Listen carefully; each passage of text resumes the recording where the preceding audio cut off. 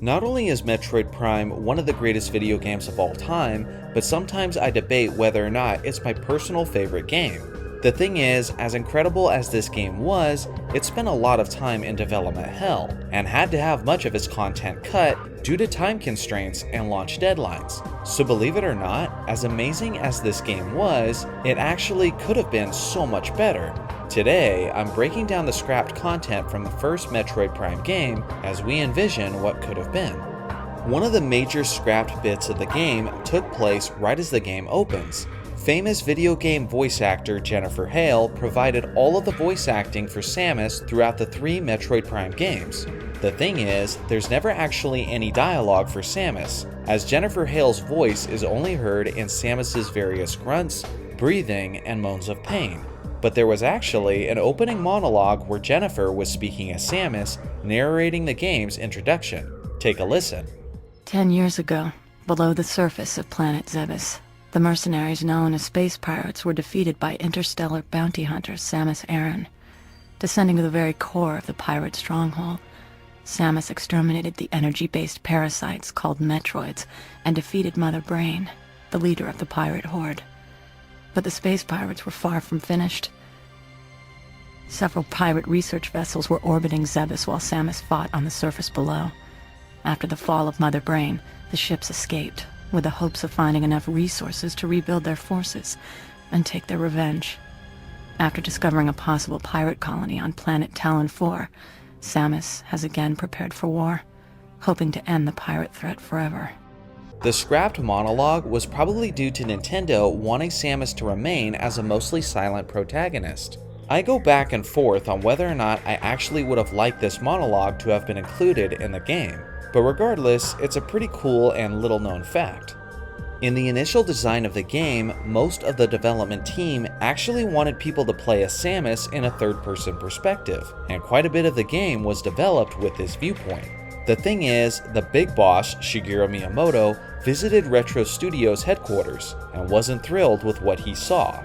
He wanted a more immersive experience as Samus and had basically the entire development team scrap the project and start the process all over, and I'm extremely glad he did. Miyamoto often gets a bad rap as being a bit demanding and controlling at times, but you gotta admit, the man often knows what he's talking about. One of the things I always found peculiar was the fact that there wasn't a major boss fight in the Magmoor Caverns. Based on its chilling entryway, its intimidating atmosphere, and its remixed music of Super Metroid's Lower Norfair, I figured there would be an epic boss awaiting in a giant molten cavern. But obviously, I was left disappointed.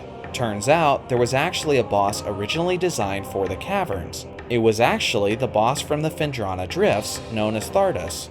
This version of Thardas would have been a volcanic one that you fight in a bed of lava. Due to the pacing of the game, they decided to place Thardas in the Phendrana Drifts instead. If the developers had more time before the game's scheduled release, they may have kept our lovable rock monster and Magmoor, and instead, the boss they originally had designed for Phendrana was an even bigger version of the Sheegoth. This creature's third level would have been known as Sheegoth Prime, as some concept art revealed that the ape-like creature would have been absolutely massive in comparison to Samus. Based on the scale of the concept art, I figure the fight probably would have functioned similarly to the style of the Quadraxis fight in Metroid Prime 2. It's unfortunate that all of this had to be scrapped because I believe both locations would have provided a better experience with these additional boss fights. Along with some bosses, there was many different scrap designs of various enemies. It would take a while for me to tell you all of them, but some of the more significant enemies were giant Metroids, as this concept art shows them alongside of the final boss, Metroid Prime. Throughout the game, you also fight a lot of Chozo ghosts, but apparently there was supposed to be a winged version of these ghosts, which I imagine would have made them all the more frustrating to fight.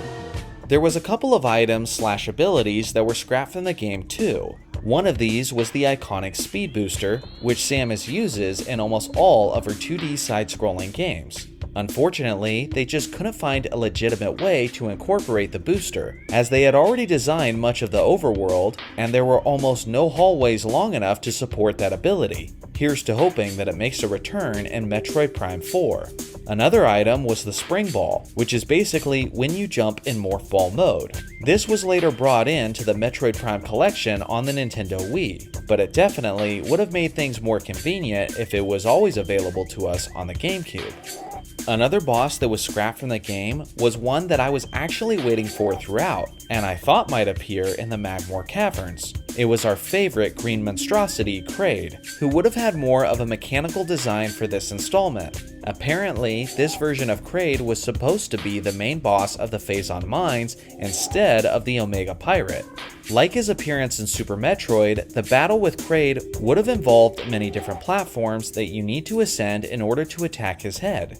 Unfortunately, Kraid was much more difficult to develop and complete than the Omega Pirate, so due to time constraints, they scrapped Kraid altogether.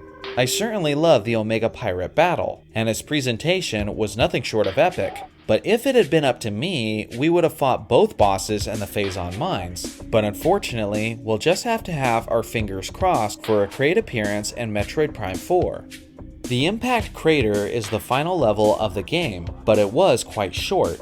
The concept art of this level reveals that it was originally being designed to be much bigger, and was rumored to have had as many rooms as any other major location in Talon 4. It would have been a vast and creepy adventure on your way to your confrontation with Metroid Prime. With this obviously being the final stages of the game's development, the Impact Crater was one of the most heavily affected areas of the time constraints. Not only was the Impact Crater supposed to be massive, but there was also supposed to be a playable escape sequence after you defeated Metroid Prime, which would have involved traversing all the way back through the Impact Crater on your way back to your ship.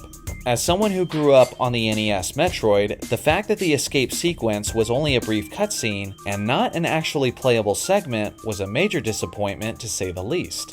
There's actually a lot more scrapped details in the first and second Metroid Prime, and if you guys enjoyed this, I may actually tackle those in future videos. What's amazing is that Metroid Prime is already recognized as one of the greatest video games of all time. But when we look at the details of the game's development process, we learn that the finished product was only a fraction of what it could have been. And that's quite astonishing to say the least.